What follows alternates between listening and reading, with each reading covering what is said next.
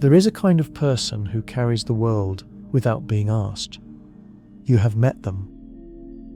Maybe you have been them at some point in your life, in some season that you do not think about very often anymore, because it was too heavy and too long, and it left marks you are still figuring out how to explain.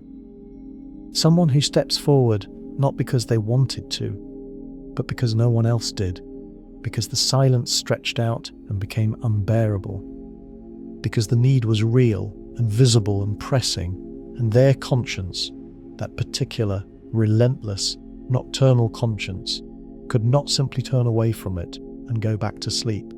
These people do not choose their burdens. The burdens choose them. And what is strange about this, what is almost unfair, in the quiet and specific way that certain things in life are unfair, without being dramatic about it, is that the heavier the weight becomes, the less anyone around them seems to notice it. The leader stands at the front. The leader always stands at the front. But who is standing behind the leader? Who is watching their back? Who is tracking, with any real attention, the slow erosion that happens inside a person who is responsible for everything and accountable to everyone and permitted by the unspoken agreement of their role to need nothing? Nobody ever asks the one who holds everything together if they're coming apart.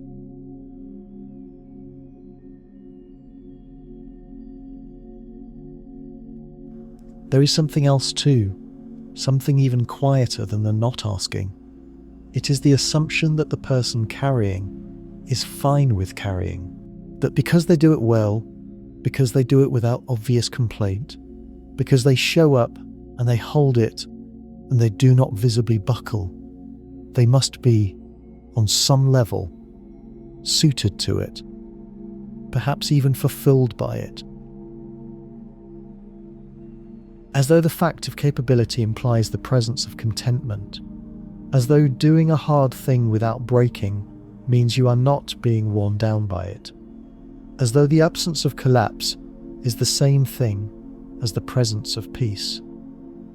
It is not. It has never been. But the assumption persists because it is convenient, because it is easier to believe that the carrying person is fine than to sit with the discomfort of the alternative, that they are not fine, and that you have been benefiting from their not fineness for a very long time without noticing, and that noticing now feels too late and too exposing to be comfortable, so we do not look too closely. We let the carrying people carry, and we call it strength, when sometimes it is also quietly breaking.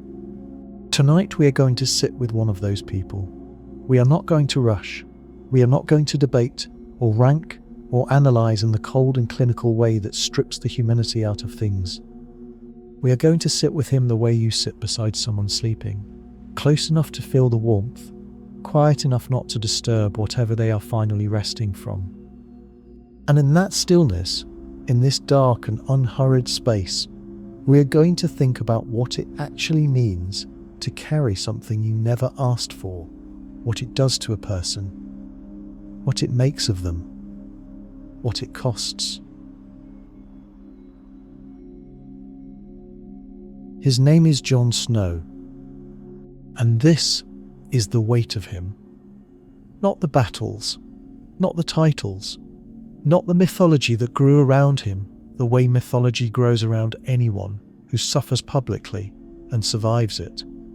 Just the weight, just the man inside it.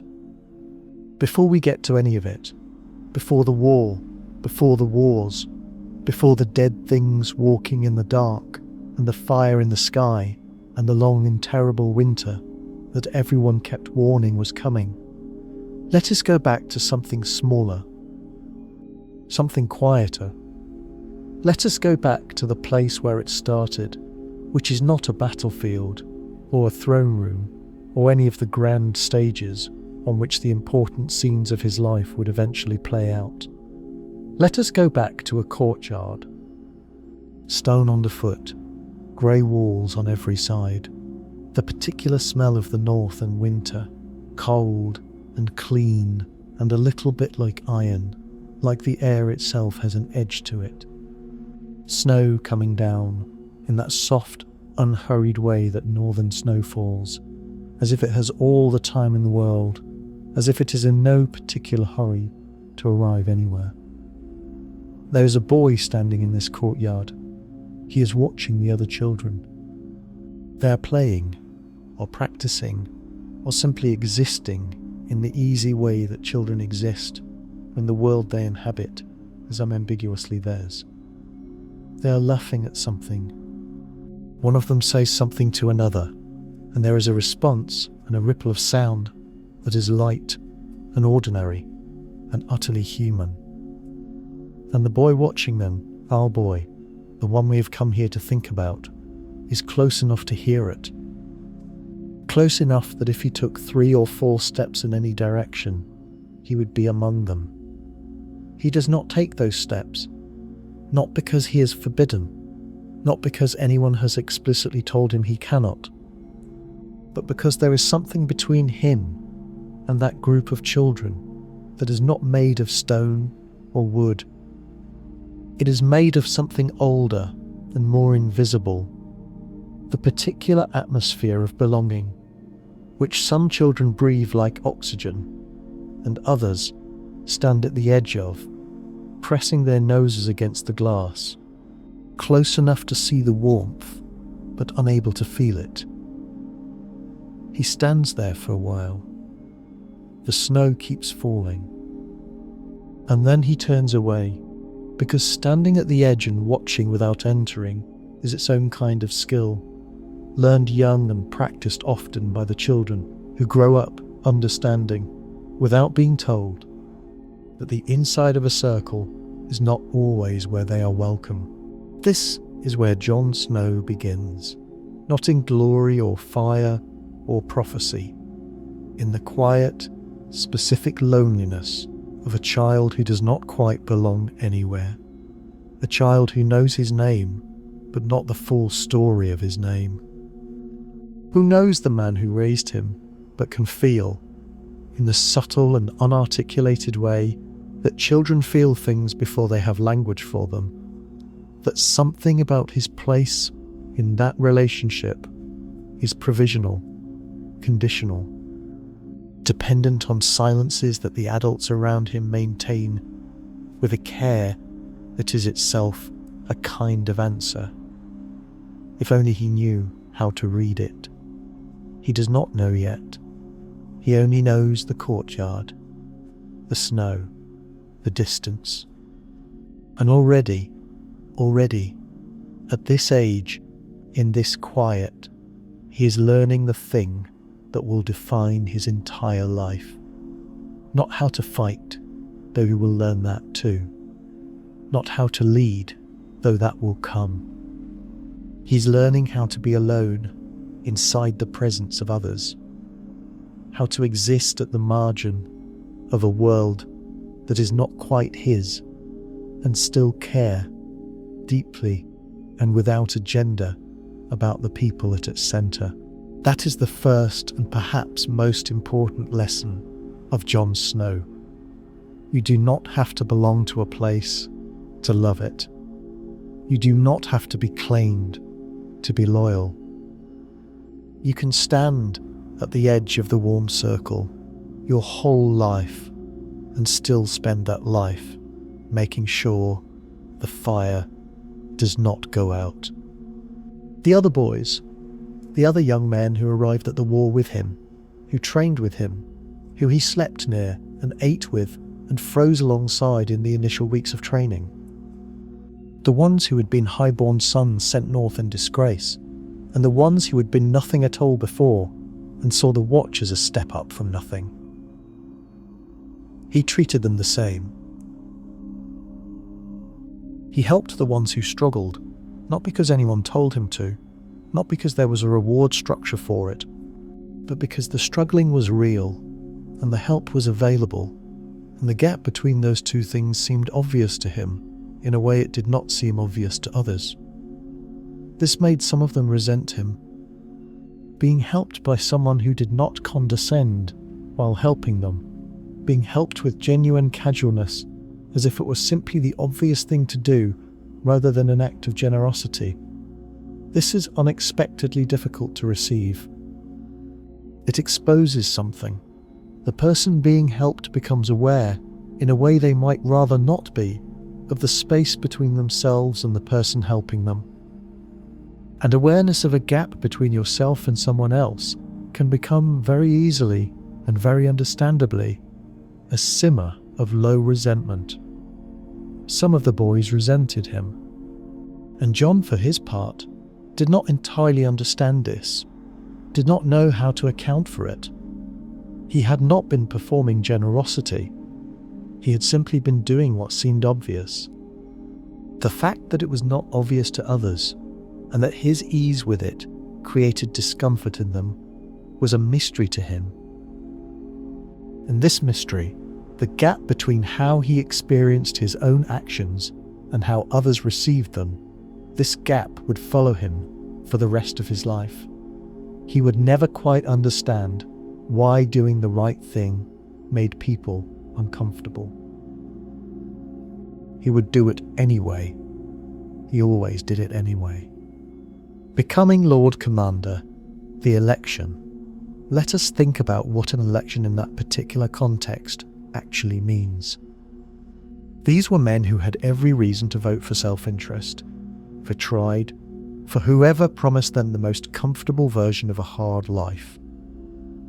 These were men who had been discarded by the world and who had developed, over their years at the wall, a very sophisticated sensitivity to being used. They knew what manipulation looked like.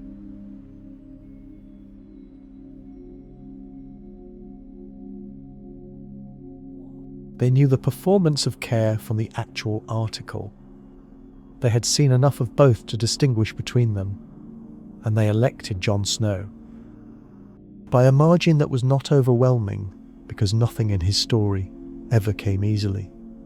But they elected him, and the significance of that is not the title that came with it, or the authority, or any of the practical changes to his life that followed.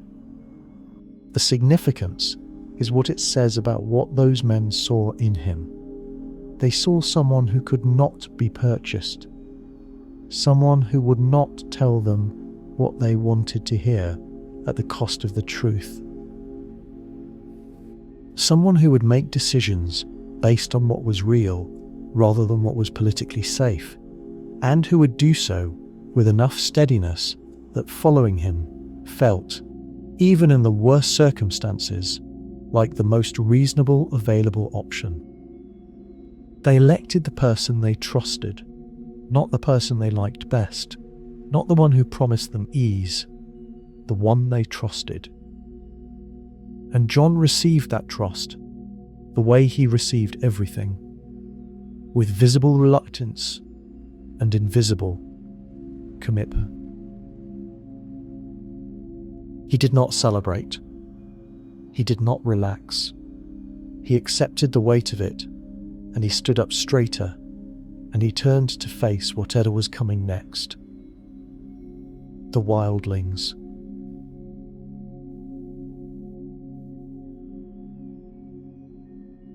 A man who raised him, Eddard Stark, who history would call Ned, who the people who loved him would call a great many things, most of them tender and some of them anguished.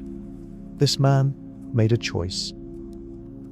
He made it before Jon was old enough to understand that a choice had been made, and he carried it the way he carried everything, quietly and with total commitment and at significant personal cost.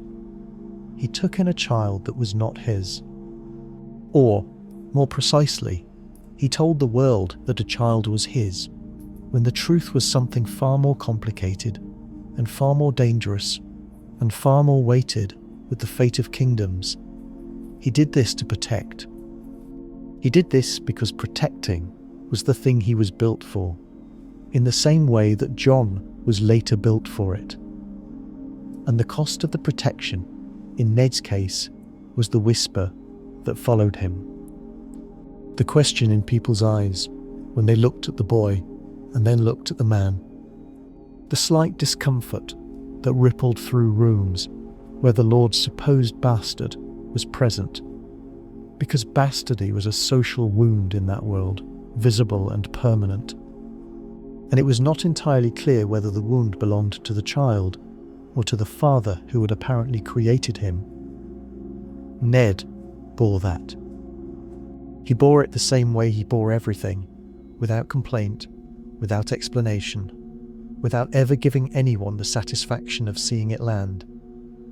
And in doing so, he gave his adopted son the first model of what carrying looks like.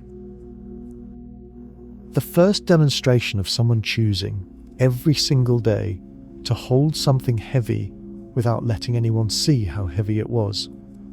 Jon Snow learned to carry by watching Eddard Stark carry. He absorbed the lesson the way children absorb everything important, not through instruction, but through proximity, through thousands of small moments of observation, through seeing, over and over again, a man who put the needs of others ahead of his own comfort, and did it so naturally, so quietly, that it barely registered as a choice, until one day Jon Snow made the same choice, and then made it again, and then again, until choosing it was no longer distinguishable from simply being it. There is a strange mercy in not knowing everything about yourself when you are young. The full weight of who you are, what you carry, what you are capable of, what it will cost you. If you knew all of that at the beginning, at the courtyard in the snow stage, it might be too much. The human system has a way of parceling out the knowledge of our own lives, giving us just enough to navigate the present, withholding the rest until we are, or until circumstance decides we are, ready. Jon Snow did not know, standing in that courtyard, that he was the son of a dragon and a wolf, did not know that the blood in his veins was the resolution to a war that had not quite ended, did not know that the question of his identity, the question that followed him like a cold draft through every room he ever entered, was not just a personal wound, but a historical one, a crack in the world, waiting to be either widened or sealed. He only knew the courtyard. He only knew the snow. He only knew the cold glass between himself and the other children, and the way the snow kept falling regardless of whether he was happy or sad, or somewhere in the unmarked territory between them. And that was enough to begin with. It was exactly enough. The wall. Before we go on, let us stop here and really feel it. Not as scenery, not as the backdrop of someone else's adventure, but as a real and solid and enormous thing. 700 feet of ice, they say. 700 feet of something that is cold all the way down. Cold in a way that has nothing to do with weather and everything to do with time. Centuries of it, packed layer upon layer. The cold of one winter pressed against the cold of the next and the next, until the accumulated cold of generations becomes a wall, becomes a border, becomes the line between the known world and the honest admission that the known world is not all there is. Standing at the base of it, you would feel small, not in a diminishing way, in the way that looking at something genuinely enormous makes you feel small, a kind of perspective smallness that is almost peaceful. Because the things that are making you anxious, the particular worried spinning of your particular life, feel briefly less pressing next to something that has stood for 8,000 years and has seen considerably worse. The wall is honest in the way that very old things are honest. It does not pretend the cold is not cold. It does not pretend the darkness beyond it is not dark. It simply stands there and says, this is the line. This is where the world you know ends. And if you choose to stand here at this line, then you are choosing something that most people will never choose. You are choosing to look at the thing everyone else has decided to look away from. Jon Snow chose that.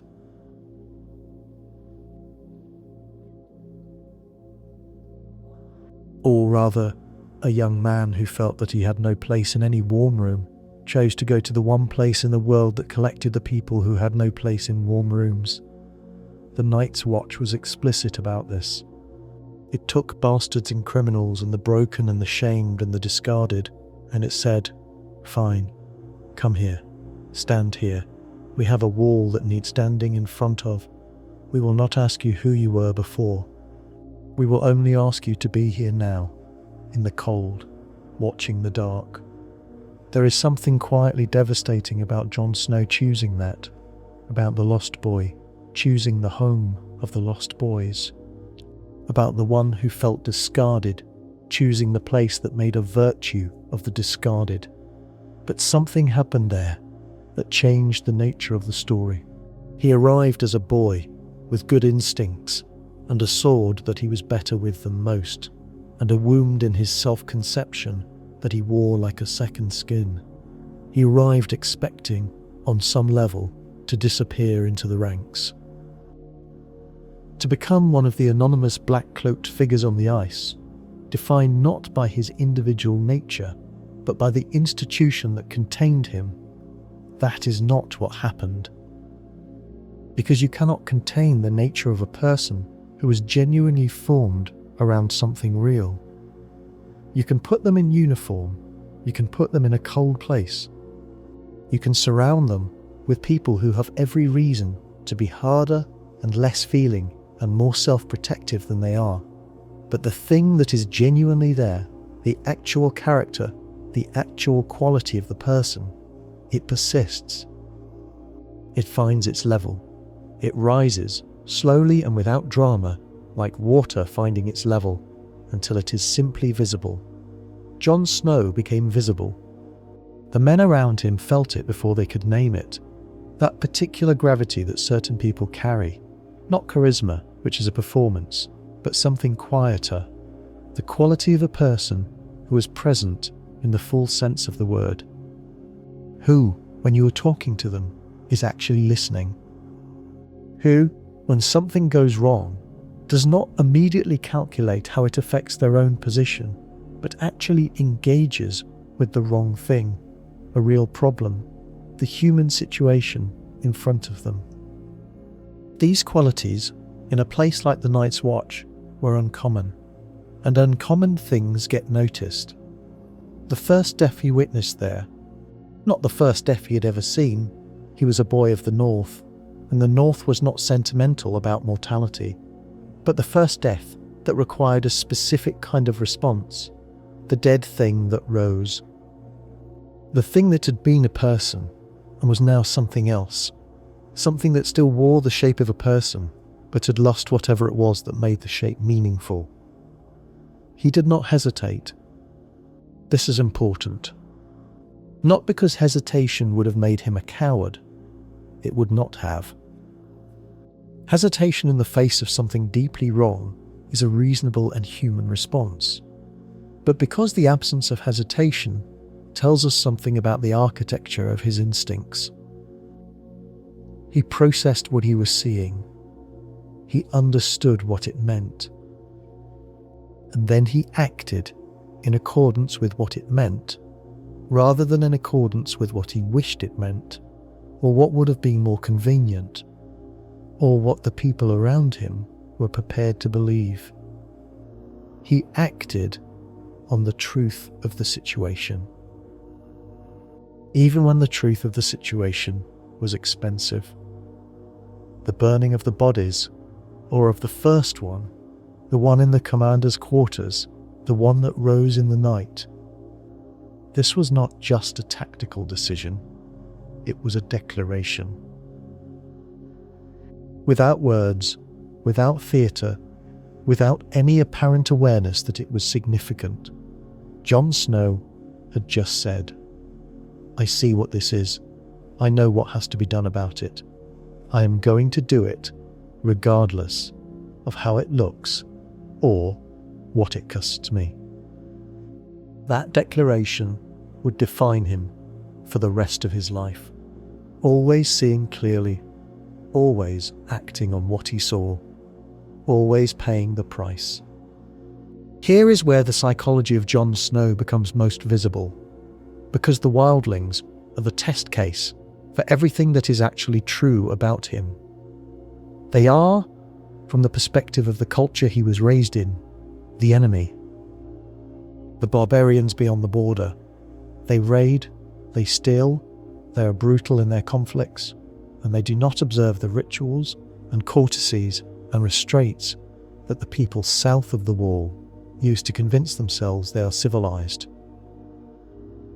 The Night's Watch is built, in large part, around the assumption that the wildlings are the problem, that the wall exists to keep them out, that the relationship is adversarial and simple and has no dimension that has not already been defined by centuries of conflict. Jon Snow, after living among them, after being sent north as a spy, after surviving among them, after falling in love with one of them in that particular irreversible way that love among enemies has always happened throughout history. Quietly, and without asking permission, Jon Snow understood something that the Watch could not comfortably accommodate. The wildlings were not the problem. The problem was the dead.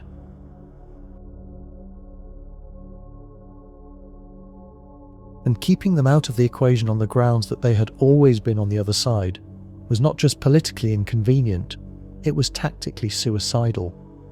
The dead did not care about the ancient grudges between the living. The dead did not honour the boundary of the wall. The dead would take the wildlings first, and then they would take the Watch, and then they would take everything south of both of them, in that calm and patient and utterly indifferent way that forces of nature take things, without malice, without theatre, simply because that is what they do. Jon knew this. He tried to explain it.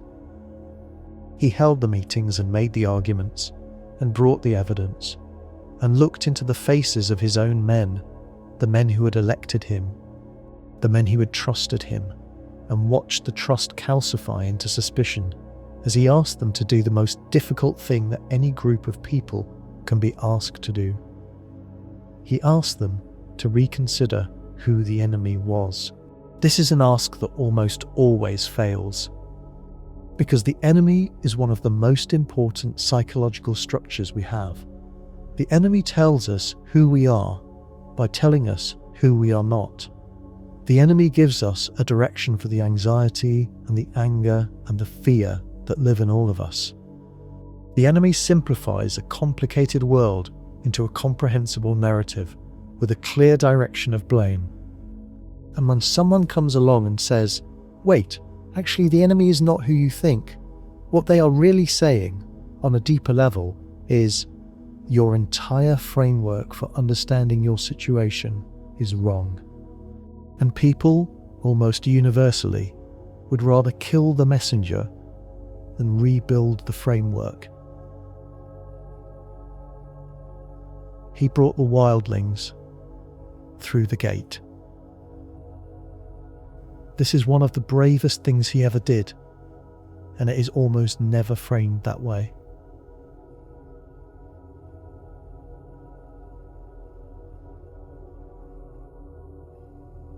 It is framed as a leadership decision, or a tactical maneuver, or the thing that led to his betrayal. But let us be honest about what it actually was. It was a man looking at a room full of people who trusted him and asking them to do something that violated every instinct they had, every prejudice they had been taught, every story they had been told about who was friend and who was foe, and then doing it anyway because he believed, with the specific certainty of someone who had actually been on both sides of the line, that it was the right thing. The men watching him do it hated him for it. Not all of them, but enough. And that hatred did not come from nowhere. It came from fear. It came from the very human experience of having your worldview challenged by someone you trusted and feeling that challenge as a kind of betrayal, as if the person doing the challenging is destroying something precious rather than trying to protect something more precious still. The watch stabbed him in the dark, with knives. With the knives of men who had looked him in the face 1,000 times and called him commander and meant it. Men whose cold hands he had warmed probably at some communal fire. Men whose fears he had sat with in the long nights when fear is the only honest company the dark provides. Et tu, the oldest wound, not the knives, the origin of them. The fact that it was not strangers in the dark, but the people he had chosen and who had chosen him, and who had, in the end, decided that what he was asking of them was too much. He died. In the cold, on the ground, in the dark, staring at the same sky that had always been above him, enormous and indifferent and full of stars that did not care what happened below them. And he was right about everything. He died being right, which is not a comfort. Being right, it turns out, does not insulate you from anything. It does not make the knives hurt less. It does not warm the ground. It does not change the outcome. He was right, and they killed him anyway. And that is perhaps the most honest thing the story ever does, the resurrection. He comes back. Let us be very specific and very slow about this, because the coming back matters in a way that we often rush past. Melisandre performs the ritual, the prayers are said, the fire burns. The people in the room watch with the specific quality of attention that people bring to things they have no framework for, a suspended, breath-held, desperately hoping kind of attention. And then nothing happens, and then more nothing. And then the people begin to leave, one by one, with the particular heaviness of people who have been waiting for a miracle and received silence. And then, alone, he breathes.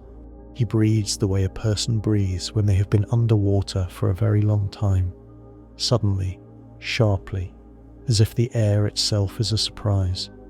His eyes open. He looks up at the ceiling. His body is alive again, in that strange, specific, animal way. The chest moving, the blood moving, the ancient machinery of survival, resuming operations without being asked.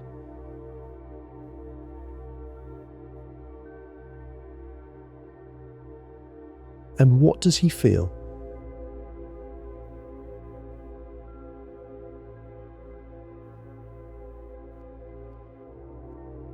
This is the question that the story almost asks, and then steps back from.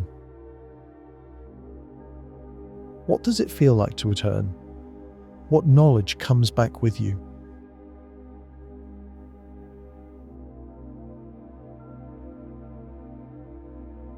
What is different in the body that has died and been returned?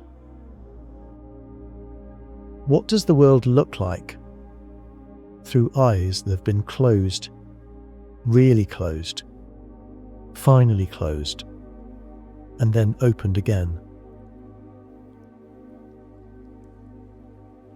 We see his face. We see the shock. We see, after a few moments, something that settles into a kind of quiet, and then Davos asks him something simple. What do you remember? And he answers, nothing. There was nothing. Just nothing. The void.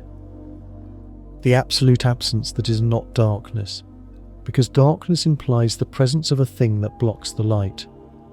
This is something before darkness, something older.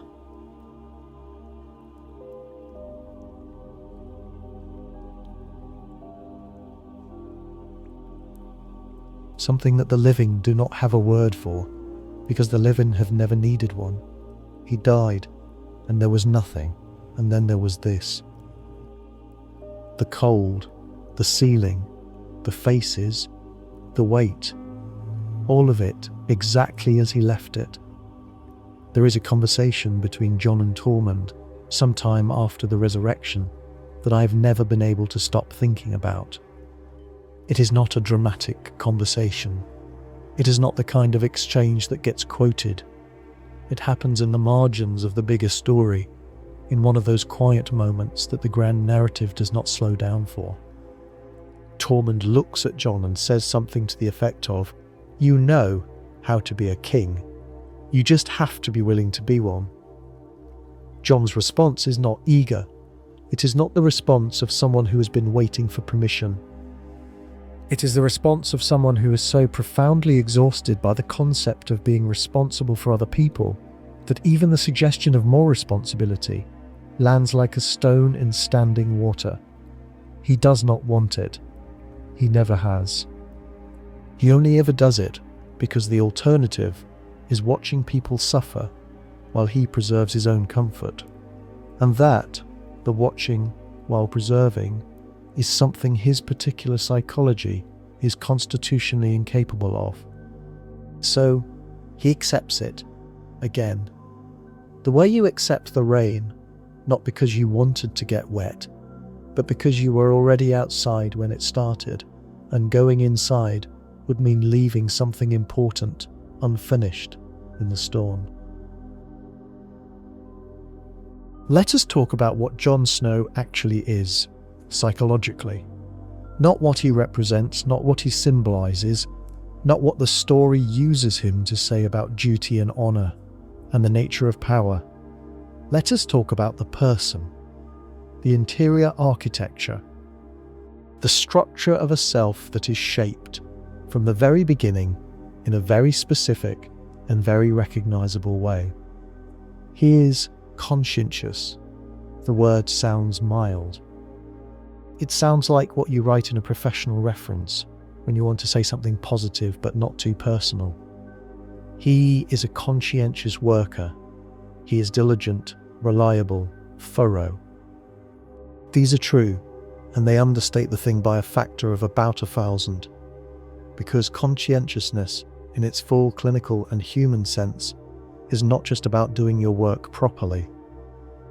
It is about a specific relationship with the idea of responsibility, a relationship in which responsibility is not a burden you pick up and set down as needed, but something more like gravity, constant, invisible, impossible to stick away from.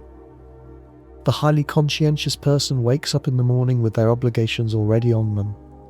Before they are fully awake, before the specific texture of the day has registered, the weight is already there. The list of what needs to be done, what might go wrong, what they have committed to, what depends on them. The machinery of responsibility starts up before consciousness fully arrives, the way your heart starts before you decide to let it beat. Jon Snow is this. You can see it in the small decisions as clearly as the large ones. The way he attends to the men below him, learning names and circumstances, noticing when someone is struggling before that person has said anything. The way he cannot seem to leave a problem alone, cannot walk past something wrong and tell himself it is not his department, not his shift, not his to fix. The way he takes on obligations that he was never officially assigned, simply because they were there, unclaimed, and the unclaimed wrong thing was making him uncomfortable in a way he did not know how to resolve, except by resolving it. This quality is not trained. It is not a product of ideology or ambition. It is simply how he is organized. And it is beautiful, and it is a burden, and it never, not once, stops. There is a concept in the psychological literature around what might be called the weight of moral clarity. The idea is this: most people are, in most situations, uncertain enough about what is right that they have some psychological room to maneuver. They can justify inaction.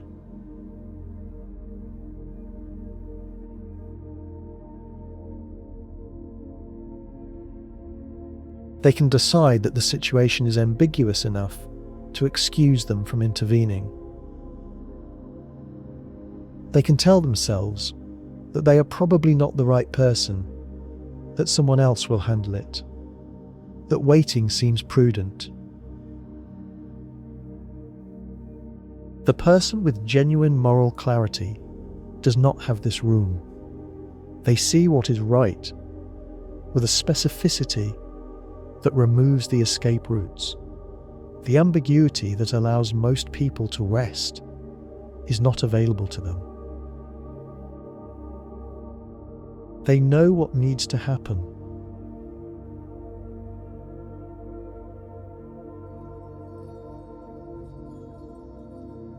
They know it clearly. And knowing it clearly means that not doing it becomes a very active, very uncomfortable, very personal choice to do wrong. Not a passive omission, but a conscious selection of the wrong thing over the right one.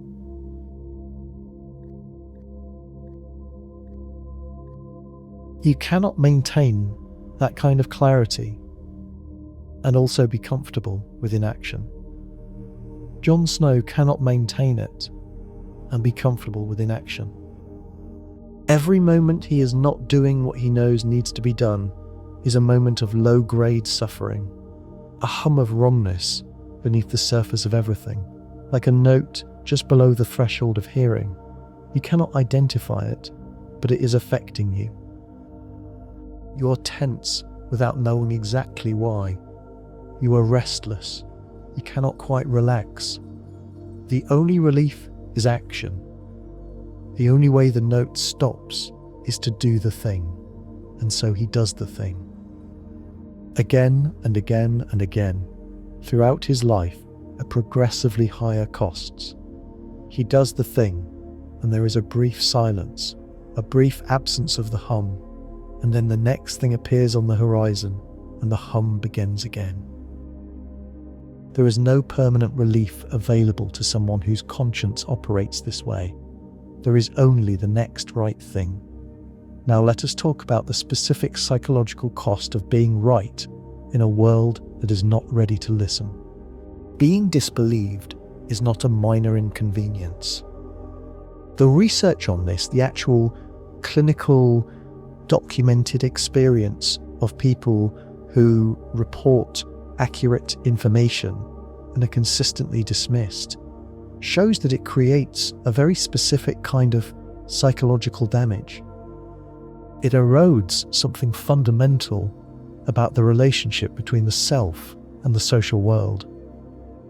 Because one of the basic things we need as human beings is to feel that our perception of reality is valid, that when we observe something and name it, other people can recognize it too, that we are not alone in our reading of the situation.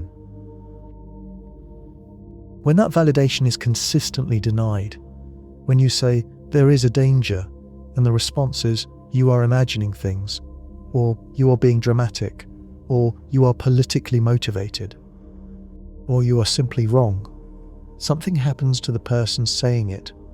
Not immediately, not dramatically, slowly, quietly, the way weather erodes stone.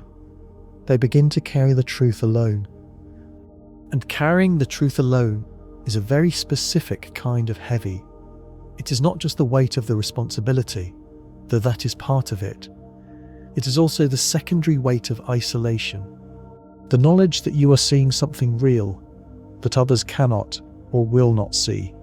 The experience of being in a room full of people and being, simultaneously, completely alone in your understanding of the room. Jon Snow carries this weight for years. He knows the dead are coming. He knows with the specificity of someone who has looked into their eyes, who has seen them move. He has felt the particular wrongness of them, not as an abstract threat, but as a visceral and immediate reality. He knows this the way you know fire is hot, not from description but from contact. And he cannot make anyone understand. He can describe, he can argue, he can bring evidence, as he does when he brings a wight to the dragon pit in the south, an actual dead thing in a box, proof that cannot be argued with, and even that only partially works. Even direct, physical, undeniable proof only partially shifts the behaviour of the people who most need to be shifted. And after the meeting, after the partial victory, after the ride back north, does he feel vindicated? Does he feel the relief of finally being heard, finally being seen, finally being right in a way that registers? Or does he feel, more than anything, the weight of how much further there still is to go? I think the second one. I think Jon Snow had stopped expecting relief from being believed, because being believed was never the point. The point was surviving what was coming, and whether or not people believed him had a distressingly small relationship to whether the dead kept marching. The identity crisis. Sam tells him, in a crypt, surrounded by stone faces of the people Jon believed were his family. Sam tells him who he actually is, and let us stop and be very specific about what that information does to a person. He is not Ned Stark's bastard. He is not the half-named, half-claimed, perpetually peripheral figure he has organised his entire self around being. He is the legitimate son of a prince and a princess. He is the heir to something. He has a name that is not the name he has been using. He has a family that is not the family he is known.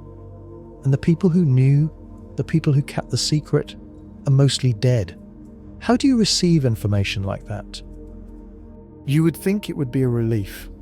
The answer to the question that has followed you your whole life, the question of who you are, of where you belong, of why you have always felt slightly outside the circle, finally answered, finally resolved.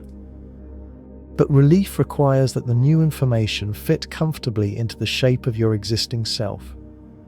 And this information does not fit. This information requires rebuilding the whole structure. Every memory recontextualized. Every relationship re-examined. The man he thought was his father was not his father. The shame he was told to feel about his origins was based on lie that was itself protecting him. The question he could never answer was never answerable, because the people who could answer it had decided, for reasons of love and survival, to seal the answer away. He is not who he thought he was, and now he must decide what to do with that. And the answer, the particular, heartbreaking, deeply revealing answer, is that he does not use it. He does not claim it eagerly.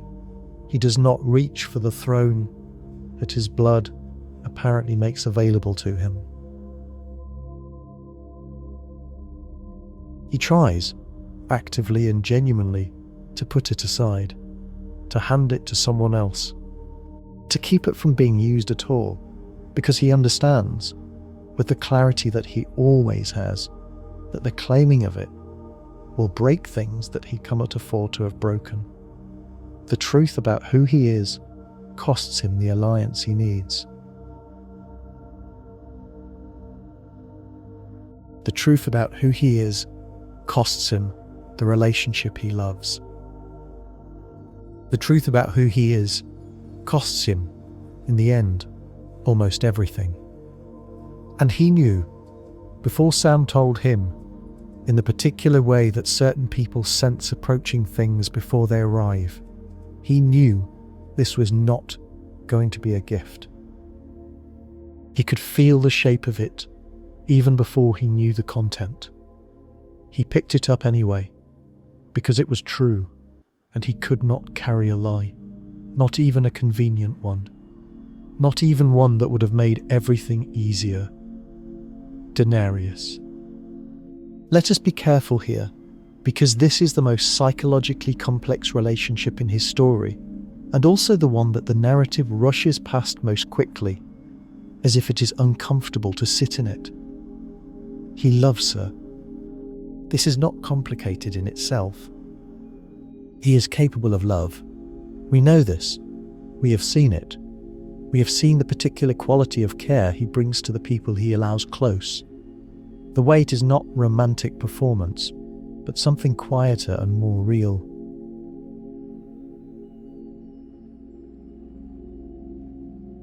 He loves her in the way a person loves someone they have watched do extraordinary things, with admiration and with wonder, and with a real appreciation for the specificity of who she is.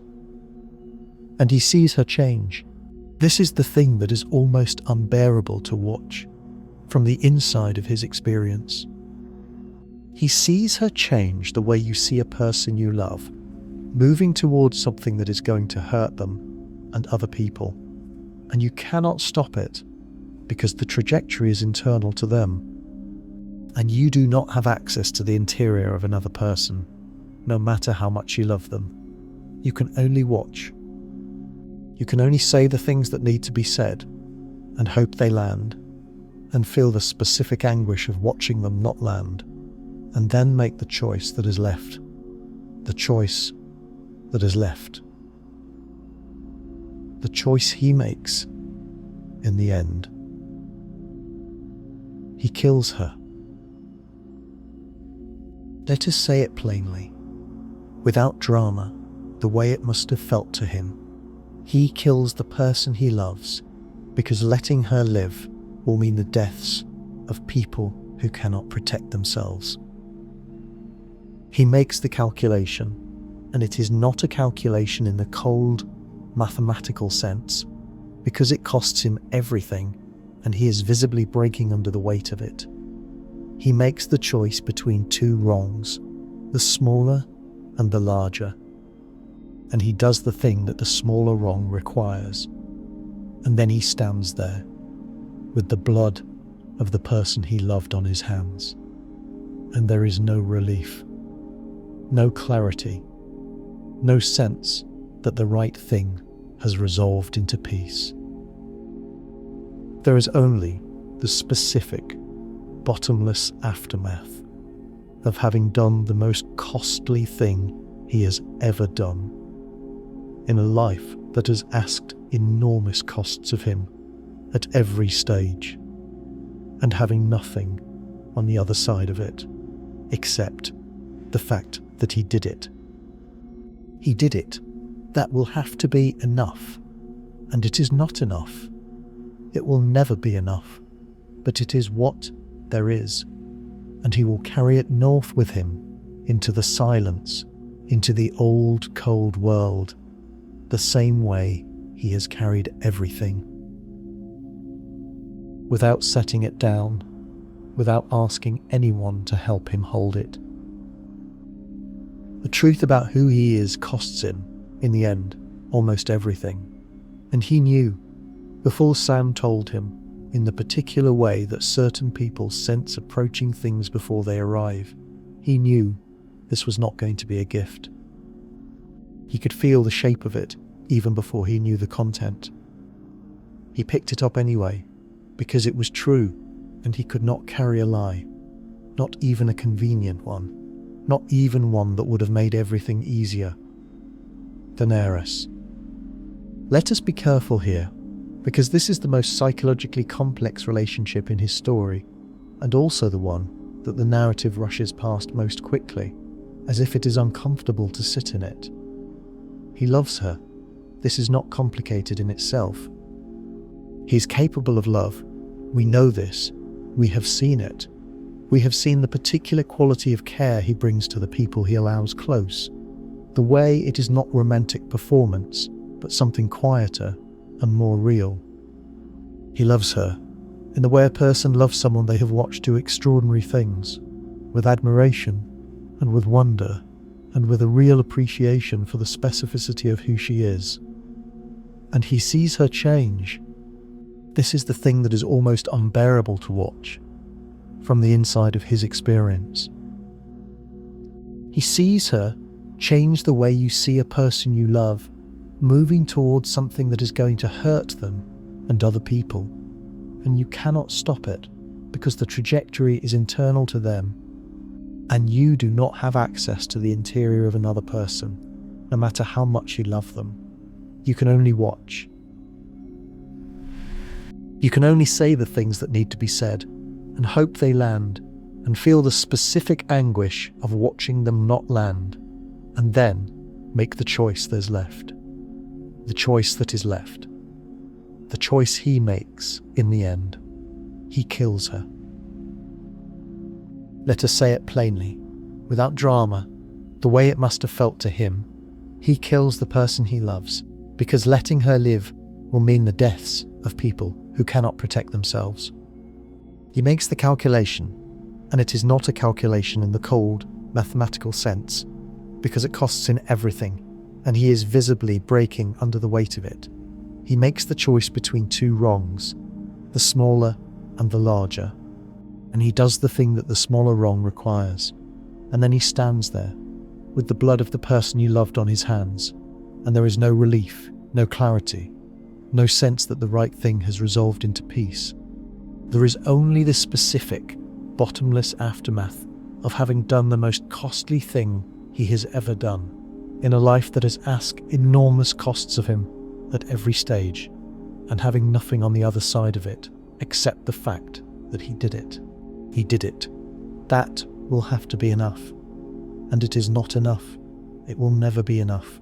But it is what there is, and he will carry it north with him, into the silence, into the old cold world, the same way he has carried everything, without setting it down, without asking anyone to help him hold it. Let us step away from the story, just for a moment, just far enough to let real air come in, the kind that smells like wherever you are right now, your room, your bed, the particular darkness of your own late night. Because what we have been describing is not a fictional character, or it is a fictional character, but the character is made of something real, made of the material that actual human beings are made of. The pattern we have been tracing in Jon Snow is a pattern you can find, if you look, in the people around you, in the particular tired quality of certain people's eyes, in the way certain people answer the question, "How are you?" with a pause that lasts a half second too long before the fine. The carrying person. Every community has them, every family has them, every workplace, every friend group, every institution that functions with any reliability functions in large part because of the carrying people. The ones who have quietly decided, or had it decided for them, by the particular shape of who they are, that the weight is theirs to hold. Think about the person in your family who keeps everything running. Not just practically, not just the logistics, the appointments, the memories of who needs what and when, but emotionally. The person everyone calls when something goes wrong. The person who makes peace between the people who are not speaking. The person who absorbs the family's anxiety and reflects back something steadier, something that allows everyone else to feel, even if falsely, that things are manageable. That person is doing something enormous. That person is doing it every day. And the odds are reasonably high that nobody is doing it for them. The carrying person exists in a paradox that is worth naming carefully. They are essential and they are invisible. Not invisible in the sense of unnoticed. Everyone notices them, everyone relies on them, everyone knows they are there. But invisible in the sense that what they are actually doing, the interior work, the constant management of the weight, is unseen. What is visible is the output, the steady presence, the reliable response, the calm that they project as a kind of public service. What is not visible is the cost of producing that output. We tend to assume that because the output looks effortless, it is effortless. It is not. The steadiness of the carrying person is not a natural property of them, the way water is naturally wet. it is a produced quality. It is manufactured daily through enormous internal effort, through the ongoing decision to not show the fraying, to not place the weight in the centre of the room where everyone would have to reckon with it. The calm face is a choice. The reliable presence is a practice. The fine is, usually, a performance, not dishonest, because the caring person genuinely believes they can handle it, genuinely believes this is their job, but a performance nonetheless. And performances are exhausting. Even the ones you believe in. There is a specific loneliness that belongs to the carrying person that I want to name very precisely, because it is not the loneliness of isolation. The carrying person is rarely isolated. They are, in fact, surrounded. People are always coming to them, needing things, bringing problems, seeking the particular quality of presence that the carrying person provides. They are never alone in the simple physical sense, but they are alone in a deeper sense. They are alone in the sense that their full interior experience, the weight, the doubt, the exhaustion, the moments of genuine not knowing what to do next, is inaccessible to the people around them. Not because those people are cruel or incurious, but because the carrying person has, over time, learned to present only the confident face, only the capable face. And the people around them have adjusted to that face, have calibrated their expectations to it, have come to rely on it so firmly that presenting a different face now would feel, to the carrying person, like a kind of betrayal of everyone who depends on the confident one. So they keep wearing it, and the real face, the tired one, the uncertain one, the face that would say, "I need someone to hold this for a moment," gets worn only in private. In the 30 seconds before the door opens, in the car before going in the bathroom at 2 a.m, when the house is quiet and the carrying is the only thing in the room. Jon Snow wears the confident face. He wears it through betrayal in resurrection and war, an impossible choice. He wears it until the very end of his story, when he finally walks north, away from everyone who expected it of him, into the only place that does not require a face. And we do not ask ourselves, watching him go, what it cost him to wear it for so long. We should. There is a quality that the carrying people share, a quality that the people around them often experience as strength, and which is genuinely a strength, and which is also a wound. It is the quality of not asking. They do not ask for help. Not because they are proud, exactly, or not just because of that, but because asking has been, historically, unreliable. They have tried, at some point in their development, to put the weight down, to pass it to someone else, to say, "Here, you take this for a while, I am tired." And what happened, often enough, to leave a pattern, is that the other person fumbled it, dropped it, did not understand its shape, could not hold it the way it needed to be held. And the carrying person watched this happen and felt something very specific, a combination of genuine distress about the fumbling and a quiet, confirming recognition. Ah, yes, this is why I carry it. This is why I do not put it down.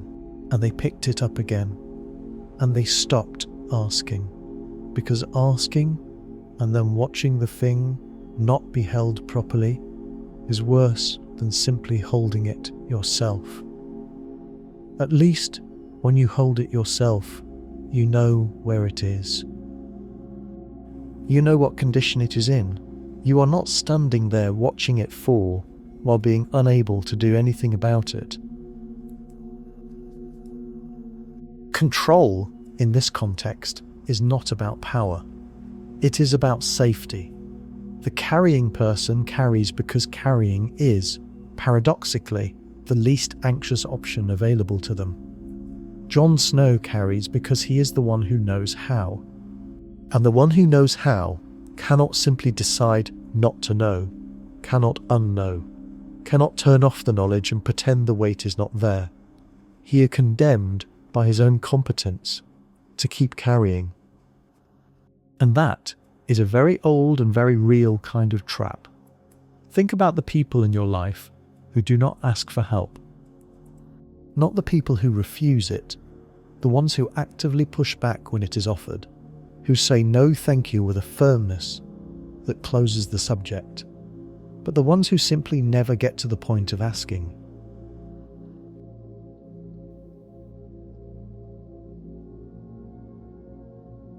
The ones whose need is real, but who have somehow organized their entire way of being around the premise that their need is not the kind of need that gets addressed, that it is background noise, that it is the condition of their existence rather than a circumstance that could be changed. These people are everywhere. They are probably in your family. They are probably in your circle of friends. They are probably the person you think of when someone asks who you would call in a crisis, not because they have no crises of their own, but because their crises are invisible, are handled before anyone is informed, are folded into the daily operation of their life, with a neatness that makes them look crisis-free, when in fact they are simply crisis-capable, in a way that removes the Isabel drama. The question that I keep returning to, sitting with all of this, is what would it mean to actually see these people? Not to help them. They may not want help, may not know how to receive it, may have been not receiving it for so long that the gesture would feel foreign and faintly alarming, but simply to see them. To look at the carrying person and say out loud in specific words, I see what you are doing. I see that it costs you something. I see that you have been doing it for a long time, and I am not going to look away from that and pretend I do not see it. That act of seeing, simple, wordless in some ways, profound in others, is perhaps the thing the carrying person needs most, and the thing they receive least.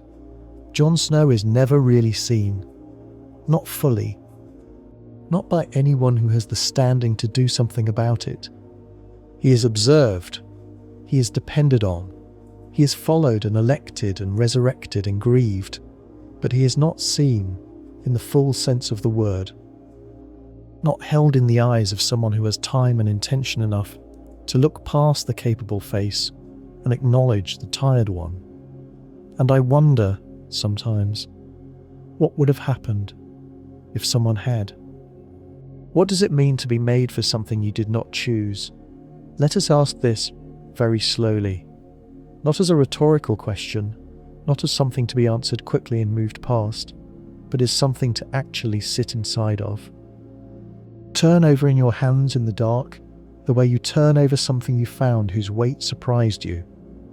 There are people in the world who seem to have arrived already shaped, already organised around a particular set of capacities and a particular set of blind spots that together create a personality that is, whatever you want to call it, particular, coherent, unmistakable. The kind of person who is the same person in every room they enter, who does not reshape themselves according to audience, who carries their character with them the way they carry their name. Jon Snow is this. And the interesting thing, the thing I keep returning to, is that the shape he has is directly, specifically, traceable to the things that were done to him and not done for him in the years before he had the language to understand what was happening. The wound of illegitimacy, or apparent illegitimacy, gave him his particular relationship to belonging and loyalty. The watching of Eddard Stark, the endless, close, formative watching of a man who chose duty over comfort, again and again, without making a performance of it, gave him his model for how to be. The years at the wall, the particular crucible of it, the cold and the darkness and the men who were broken and the men who chose to be more than broken, all of it shaped him. He was not born who he is, he was made who he is.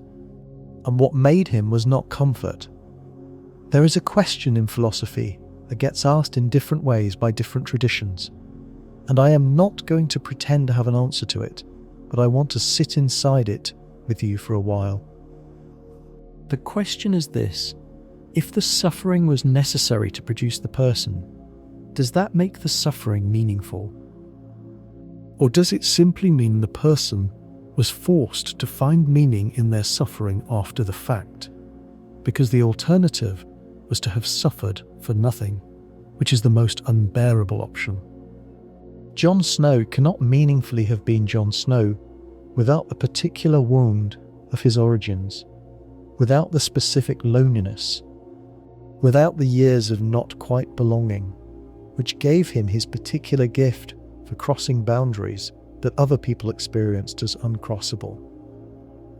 You cannot arrive at genuine empathy across difference, the real kind, the kind that builds actual alliances, without having actually lived on both sides of a boundary, without having felt the texture of both positions from the inside. His marginality made him capable, and knowing that does not make the marginality less painful, does not mean the boy in the courtyard was fine, does not mean the loneliness was acceptable because it was, in some cosmic accounting, productive. It was not fine. It was not acceptable. It was simply real, and it shaped him, and he carried that shaping into a world that desperately needed someone who had been shaped exactly that way. Is that beautiful? Is that tragic? Is it both at once, in that specific way that the most true things tend to be both at once? I think it is both. I think most honest things are. Let us ask another question, this one even quieter. What do we owe the people who carry? Not in a civic sense, not as citizens or neighbours or professional associates, in the most fundamental human sense. What is the actual lived obligation between the person who holds things together and the people whose lives are made safer and more stable by that holding? Because there is a version of this question that sounds like ingratitude, that sounds like the carrying person tallying up their contributions and presenting a bill, and that is not what I mean. The carrying person does not usually want payment, does not want recognition in the formal, theatrical sense, does not want a standing ovation or a ceremony or a formal acknowledgement of everything they have given. What they want, what they need, in the quiet way that people need things without being able to articulate the need, is something more basic. They want to not be alone in it. They want someone to stand beside them, not to take the weight, but to be there while they carry it, to witness the carrying, to make the carrying feel even slightly less like something done in an empty room, while everyone else is somewhere warmer and louder and less burdened. That is not much to ask. That is, in fact, the least demanding form of care available, the simple, available, entirely costless act of being present and attentive. And still, it is almost universally not given. Because the carrying person does not ask for it, because they have forgotten or never knew that they were allowed to ask. And the people around them do not think to offer it, because the carrying person seems fine, and fine people do not need anything, and the assumption of fine is so much more comfortable than the investigation of not fine.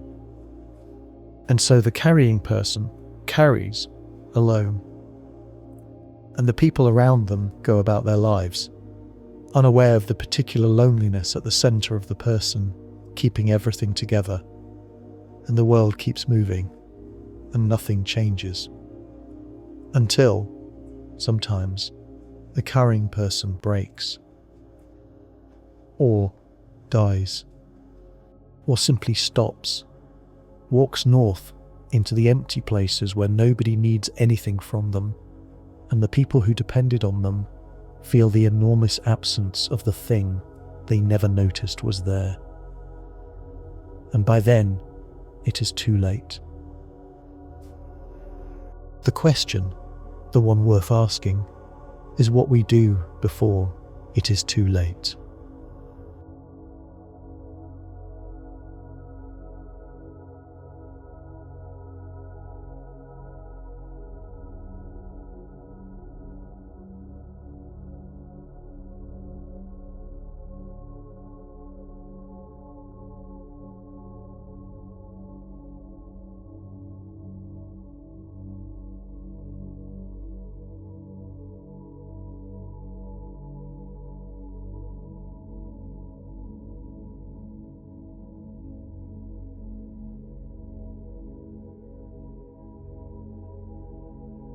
There is a concept in certain spiritual traditions, I am being vague intentionally, because the concept exists in different forms in many places, and I do not want to borrow any single tradition's language for something that belongs to all of them, that describes the person who stands at the threshold, who knows what is on both sides, who has, in some fundamental way, crossed from one world into another and returned, and who carries the knowledge of both worlds in their body, in their cells, in the way they move through the world.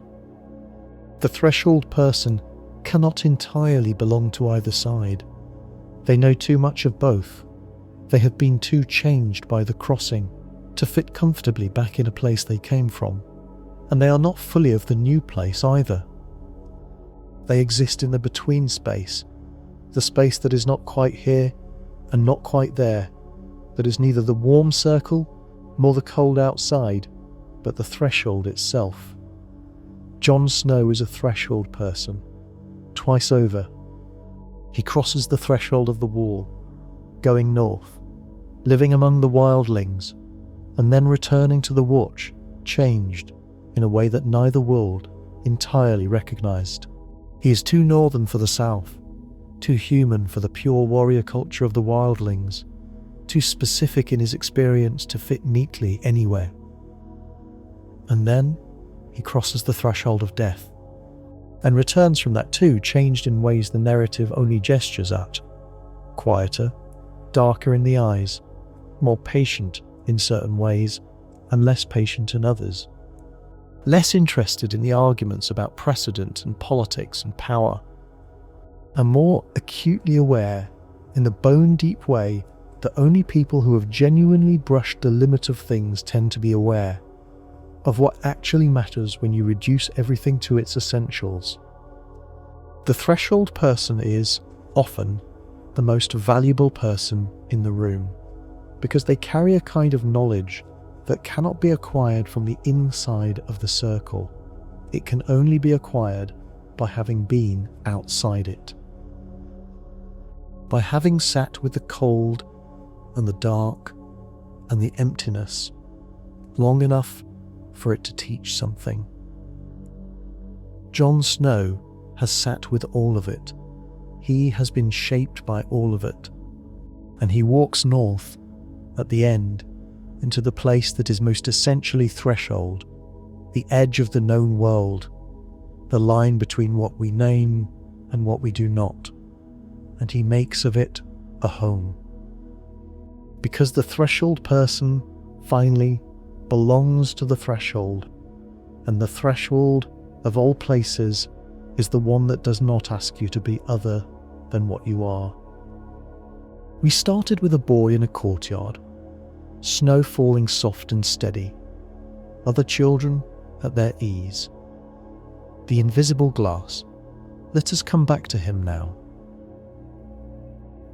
Let us look at him again from the far side of everything that happened and see if what we see has changed. He is standing there, watching. Not unhappy exactly. He does not yet know enough about the alternatives to be specifically unhappy about what he lacks. He is just standing in the cold, slightly apart, with that particular quality of attention that he will carry his whole life, the quality of someone who watches carefully, who notices the specifics of things, who is paying attention to the room, even when the room has decided it does not need to include him. From here, with everything we know, we can see the shape of what he will become. We can see the future loneliness in the present one. We can see the pattern of what is about to happen, how this particular organization of a self will move through the world, what doors it will open, and what doors will close against it, what it will make possible that would not have been possible otherwise, and what it will cost. We can see all of that in the boy in the courtyard, and the seeing is uncomfortable, in the specific way that all foreknowledge is uncomfortable. We want to step into the scene. We want to walk up to him and say something. Not the reassurance, because the reassurance would be false. It will not be fine, not exactly, not in any simple sense, but something true. Something that acknowledges the difficulty of what is coming, while also, somehow, honouring the fact that it is also worth it, that the life, as hard as it is, will matter, will mean something, will leave the world in a different shape than it was before he moved through it. We cannot step in, we can only watch. The snow keeps falling. He stands there. And in a little while, he will turn and go inside, and the courtyard will be empty, and the snow will keep falling on the space where he was, covering it gently, making it smooth and new, and he will be on his way. The resurrection, which we talked about in terms of what it did to him psychologically, let us come back to it from a different angle now, from the angle of what it means about the nature of his burden. Most burdens have a natural endpoint. You carry a thing until the circumstance changes, until the reason for the carrying resolves, until you can set it down. The carrying is finite because the need that drives it is finite. It will end. The knowing that it will end is part of what makes it bearable. Jon Snow's burden does not have a natural endpoint. He dies, and he comes back to the burden. Death, which is the ultimate resolution of all human difficulties, does not resolve his. He returns to find it exactly where he left it. The problem is still the problem. The people still need protecting. The threat is still marching. The impossible choice is still waiting on the other side of the horizon. He died, and it did not help. It did not change the fundamental condition of his life, which is the condition of being necessary, of being the person the moment requires, of having a conscience that will not permit him to opt out. You cannot die your way out of being who you are. And what does that teach us, sitting with this strange, sad, resonant fact? It teaches us something about the difference between escape and transformation. We often think, in the deep, wordless way we think about the hardest things in our lives, that if only something dramatic enough happened, we would be freed from the particular weight we carry. That the right catastrophe, the right ending, the right enough of everything would finally release us from the particular loop of our particular life. But Jon Snow's story says, no, not necessarily. Sometimes you go all the way to the end of the rope, and then the rope has more to it, and you keep going, not because the burden is lighter, but because the carrying is simply what you are.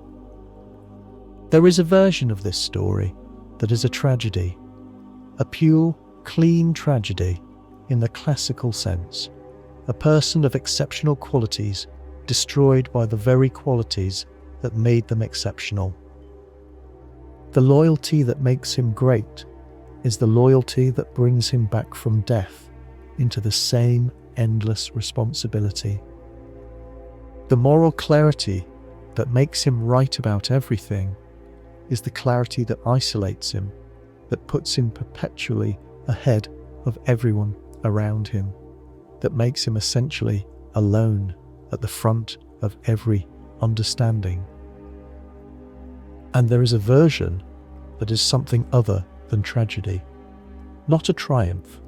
His story does not end with the drums and the sunlight of a conventional triumph, but something more honest than tragedy. Something that acknowledges the tragedy and holds alongside it the fact that he endured, that the enduring meant something. That the people who came after, the world that continued to exist because of the choices he made at enormous personal cost, that world carries his fingerprints on it in ways that are invisible but real. He shaped things. He changed the course of things by being the kind of person he was and refusing at every juncture to be anything less. And then he walked away.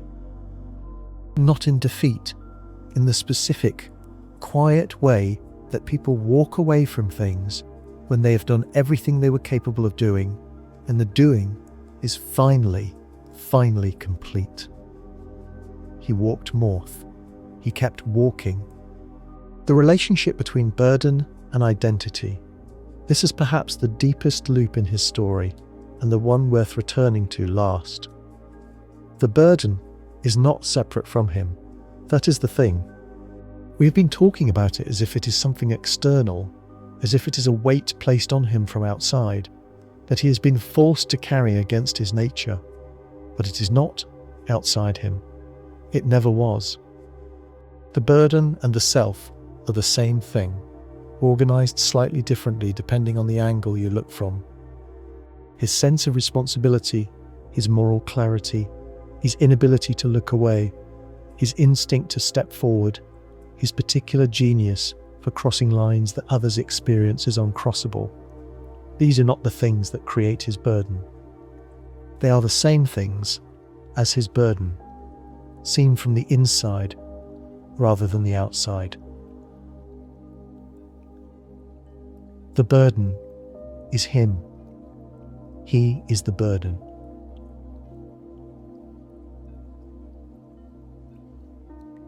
And walking away from the burden, the solution that his story seems to gesture toward at the end, the going north, the leaving of the world of crowns and councils, is not actually a walking away from himself, because he takes himself with him. He takes the conscience with him. He takes the clarity. He takes the specific quality of attention that means he will notice, even in the old wild north, when something is wrong and needs addressing. He will carry. He will always carry. The question is only what he carries, and for whom, and in what size of world. And the north, the old, unhurried, undemanding north, gives him the smallest possible version. A village, maybe. A small fire. A small circle of people who need something much simpler than the salvation of kingdoms. And he will be there for them, as fully, as completely, as unswervingly as he has been there for everyone. Because that is what he is. That is what he has always been.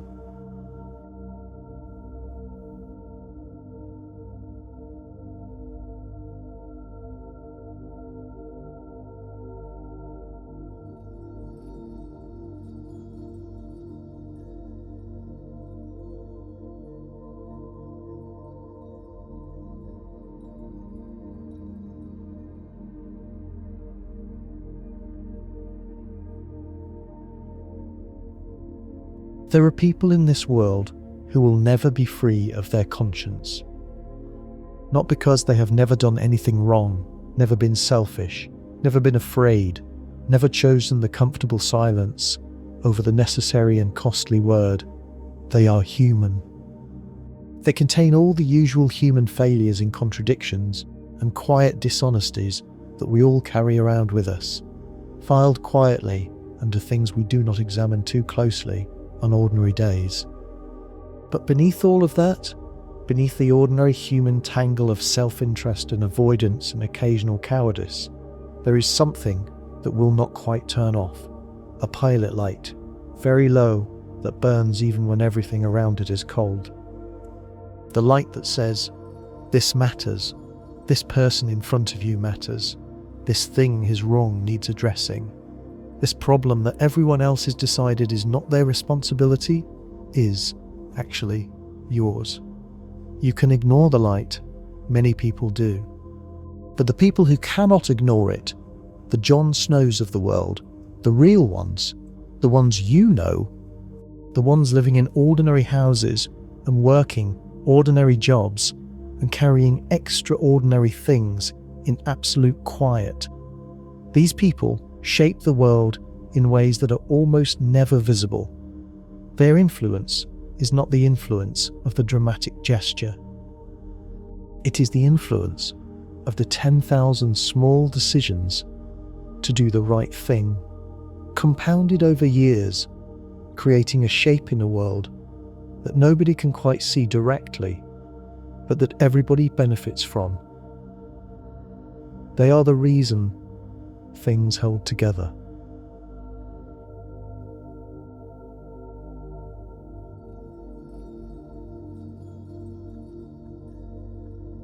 They are the reason, so often, that things did not fall apart.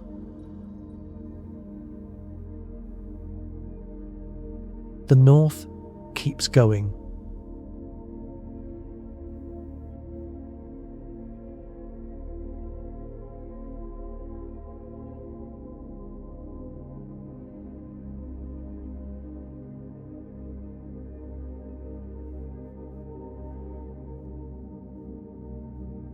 Past the wall, past the places on the map that have names and histories, and the particular density of human attention that comes with being known, past the last tree that anyone bothered to name, past the last stone anyone placed deliberately, into the genuinely unmapped, the territory that is not waiting to be civilized or claimed or understood, that simply is, in the oldest and most patient and most indifferent sense of the word. Out there, the snow falls the same on everything, on the rocks and the moss, on the bones of things that lived before anyone was keeping count, on the sleeping things and the waking things, on the very old rivers moving under the very old ice. The snow does not distinguish.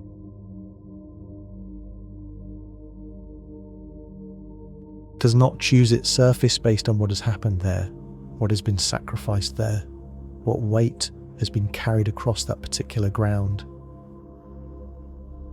It falls equally, softly, and somewhere in all of it, a man walks.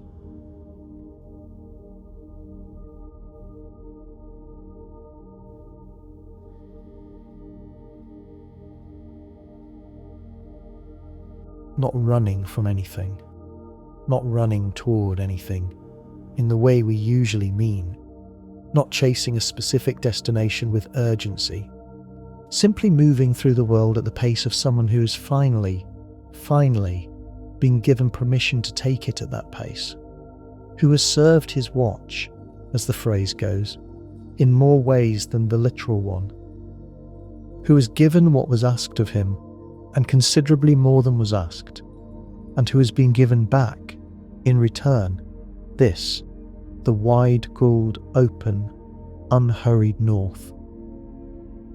The people walking with him are his people, not in a tribal sense, not because they share his blood, or his culture, or his history, but in the deeper sense, in the sense of people who have lived at the edge of things and learned to find their footing there, who understand the cold not as an obstacle, but as the atmosphere of their existence, who look at the unmapped world and do not feel the anxiety of the unfamiliar, but the relief of the undemanding. These are his people, and he is, at last, theirs. I wonder what he thinks about walking. I wonder if the thinking is constant, the way it was for so long, the constant turning over of problems, the management of responsibilities, the vigilant tracking of threats and needs, and the next thing that required attention. Or whether the North has given him something he never had enough of, the space for the thoughts to just drift, to arrive and leave without being captured and put to work, to be clouds rather than calculations. I wonder if he thinks about Ygritte, the girl who knew him before the wait had fully arrived, who saw him in the particular seeing way of someone who loves you and does not need you to be anything in particular, just exactly what you already are, who called him names that were also terms of endearment, who died at the wrong end of a conflict, whose wrongness he understood better than almost anyone, who left a specific shape of absence that I suspect no subsequent person ever fully filled, not because he did not love others, he did, but because she was the one who knew him before everything got so heavy. I wonder if he thinks about Robb. His brother, not by blood, as it turns out, not at all, not in the technical sense, but by everything that matters more than blood, by shared childhood, by shared cold, by shared loss of the man who raised them both, by the particular bond of two people who grew up inside the same story and therefore can always, however different their paths, find each other in it. I wonder if he thinks about Ned, the man who was not his father and who raised him as a son, who kept the most important secret in the world on his behalf, who chose dishonour, the perception of it anyway, over the loss of the child he had promised to protect. The man whose execution broke something in the world that was not fully repaired by anything that followed. I wonder if he misses him. Still, even now, even here, even this far north, I think he does.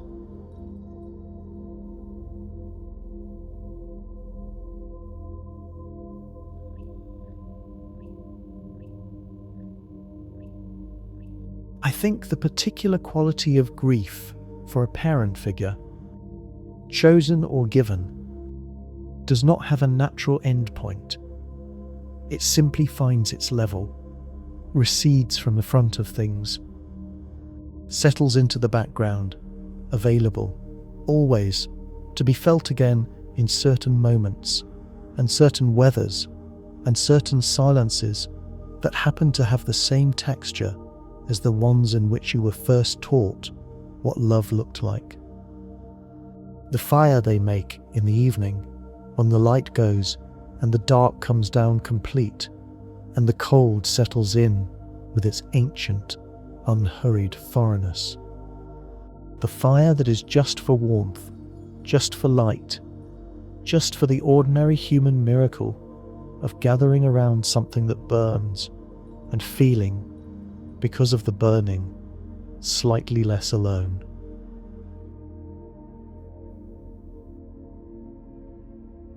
He sits near it.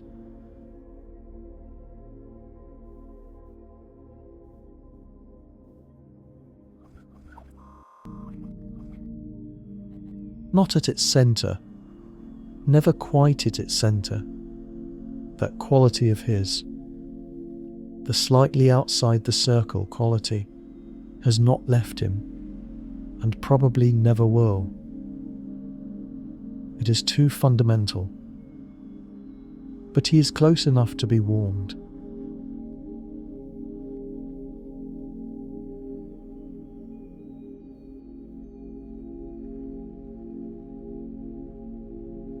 Close enough to be part of the circle, even if he does not occupy its middle. And his face, in the firelight, looks like the face of a man who has put something down. Not everything. He will never put down everything, but something. Something he has been holding for a very long time, the specific shape of which he may not even be able to name, because he has been holding it since before he had language for it.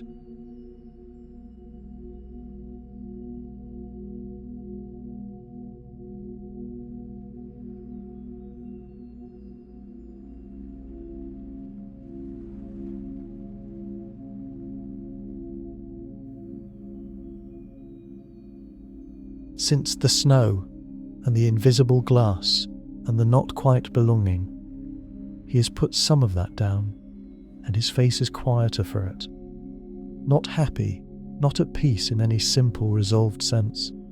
The losses are still losses. The costs are still costs.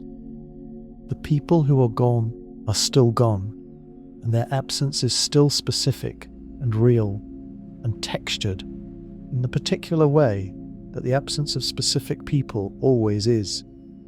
Not a general grief, but a grief that has their face on it, their voice, their particular way of standing in a room.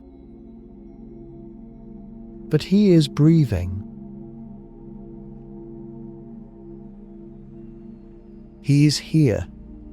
He is, for the first time in perhaps his entire life, somewhere that does not require anything of him that he is not already capable of giving. And that, in the end, is what rest looks like for a person like him. Not stillness.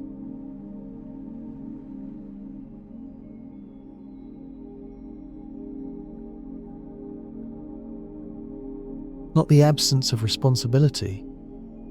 Just responsibility at a scale that is manageable. At a scale that the self can actually sustain without burning through itself. He tends the fire. He watches the dark. He breathes.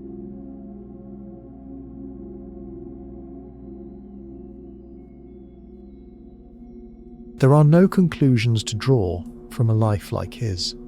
Or, there are conclusions, but they feel too small for the subject.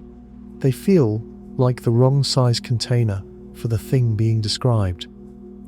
You cannot reduce what he carried to a lesson, or a moral, or a piece of advice for how to live better. The life resists that. The life insists on being what it is, specific and difficult, and both more and less than any meaning you try to assign it. He was just a person, a very particular person, shaped by very particular circumstances, who carried what he was given and kept going, and made a difference that he will never fully see the extent of, because the difference ripples out long past the visible horizon of any individual life.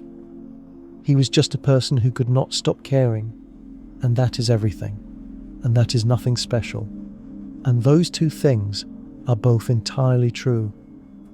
Somewhere in the dark, in your room, in this quiet hour that belongs to neither the busy day nor the morning that is coming, you are a person too, with your own courtyard, your own snow, your own invisible glass, and your own particular way of being, just slightly outside the warm circle, whatever your version of that is.